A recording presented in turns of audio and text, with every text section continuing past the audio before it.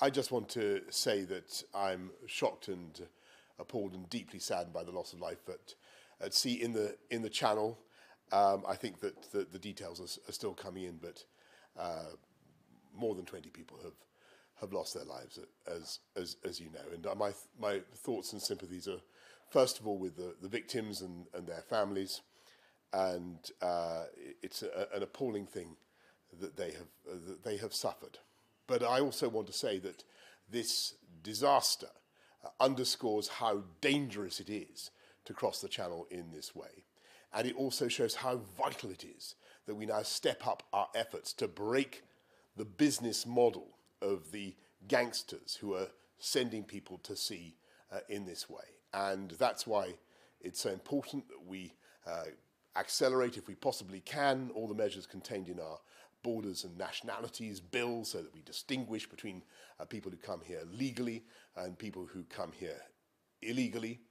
But we also use every power that we can. We leave no stone unturned to demolish the business proposition of the human traffickers and the gangsters. And of course, we have to work with our French friends, with our European partners. And I say to our partners across the Channel, now is the time for us all to step up, to work together, to do everything we can to break these gangs who are literally getting away with murder.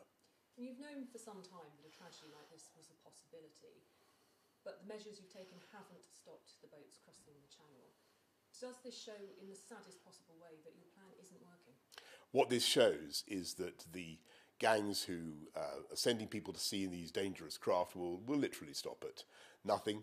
But what I'm afraid it also shows is that the operation that's being conducted by our friends on the beaches, supported, as you know, with £54 million from the UK to help patrol the beaches, all the technical support that we've been giving, they haven't been enough. Our offer is to increase our support, but also to work together with our partners on the beaches concerned, on the landing, the launching grounds for these boats. And that's something I hope that will be acceptable now in view of what has happened, because there is no doubt at all that the gangs concerned, unless they are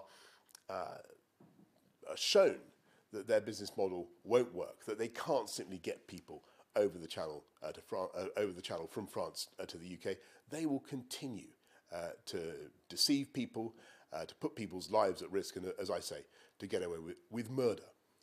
You mentioned there about working together and it being acceptable now, things being acceptable now. That implies there were some measures that weren't acceptable before. What are they? What's changing? Well, we've had difficulties persuading some of our partners, particularly the French, to do things in a way that we think is the situation deserves. But and I understand the difficulties that all countries face. But what we want now is to do more together, and that's the offer that we're making. Thank you very much. Thank you. Can I ask one more, please? Sorry. Yes. Do you have full confidence in the Home Secretary? Of course. Thank you.